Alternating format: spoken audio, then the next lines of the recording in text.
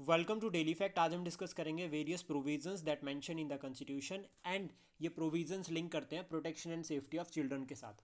अगर आप हमारे साथ नए जुड़े हो तो आप हमारे इस इनिशिएटिव को सब्सक्राइब कर सकते हैं और साथ में शेयर कर सकते हैं। तो चलिए शुरुआत करते हैं आज के टॉपिक को।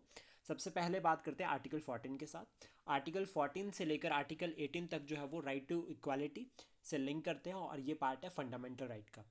फंडामेंटल राइट जो है वो इंश्योर करते हैं पॉलिटिकल जस्टिस को। आर्टिकल 14 कहता है equality before law and equal protection of law. ये दो कंसेप्ट जो है वो आपके आर्टिकल 14 में इंक्लूड होते हैं और ये लिंक करते हैं किसके साथ? चिल्ड्रन सेफ्टी के साथ।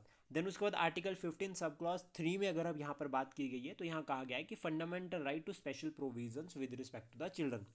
Then article 21 right to life and personal liberty, ये भी जो है वो बच्चों के साथ लिंक करता है। देन आर्टिकल 21A की अगर हम बात करें, right to free and compulsory elementary education for all children aged 6 to 14। यहाँ पर आपको कमेंट बॉक्स में बताना है कि जो 21A है वो कौन सी कॉन्स्टिट्यूशनल अमेंडमेंट से जो है वो हमारे संविधान में ऐड किया गया है।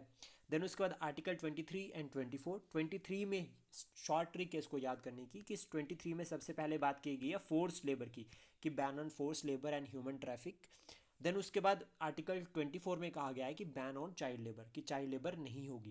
प्लस यहाँ पर एक कंसेप्ट जो है वो सुप्रीम कोर्ट ने और जो है वो हाईलाइट किया है वो ये कि अगर बच्चे अपने पेरेंट्स की हेल्प करते हैं इन द फील्ड और घर के कामों में तो वो जो है वो एक तरह से चाइल्ड लेबर के अंदर नहीं इंक्लूड होगा।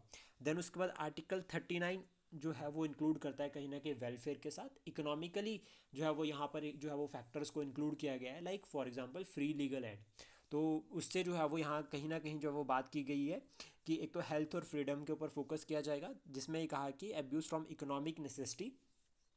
देन डिग्निटी को जो है वो आपका 39 का जो सब क्लॉज एफ है इसमें इंक्लूड किया गया है, जिसमें जो है वो चाइल्डहुड प्रोटेक्शन और यूथ के अगेंस्ट जो एक्सप्लॉयटेशन होता है उसके बारे में जो है वो बात की गई है, उसको रोकने की।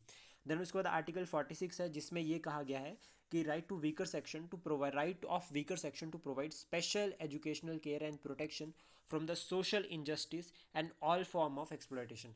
यहाँ पर जो है वो हम एक इफेक्ट में और भी समझ सकते हैं कि आर्टिकल 21A में जो है वो 6 से 14 साल के बच्चों की बात की गई है।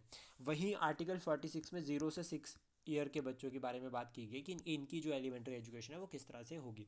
देन उसके बाद आर्टिकल 47 यहाँ पर जो है वो right to nutrition, standard of living and improved public health के बारे में जो है वो बात की गई है, जो चिल्ड्रन के साथ भी लिंक करता है। देन उसके बाद आर्टिकल 51A, यानी कि ये पार्ट है फंडामेंटल ड्यूटी का, जिसमें जो है वो आपका सब क्लॉज के ये लिंक करता है कि ड्यूटी ऑफ द पेरेंट्स और guardians to provide opportunity for education. यानी कि एक तो फंडामेंटल राइट हमने दिया 6 से 14 साल के बच्चों को पढ़ाने का, कि वो उनका अधिकार है, उनको पढ़ना है, लेकिन ये ड्यूटी भी हमारी बनती है कि हम जो है वो बच्चों को जो है वो 6 से 14 साल के बच्चे हैं उन्हें जो है एलिमेंट्री एजुकेशन प्रोवाइड करें। तो सरकार और पेरेंट्स और गार्डियन दोनों की जो है वो ये रिस्पॉन्सिबिलिटी बनती है। आई होप ये इनिशिएटिव आपको एग्जाम के लिए हेल्प करेगा। Please support, share and subscribe daily fact. Thank you for today.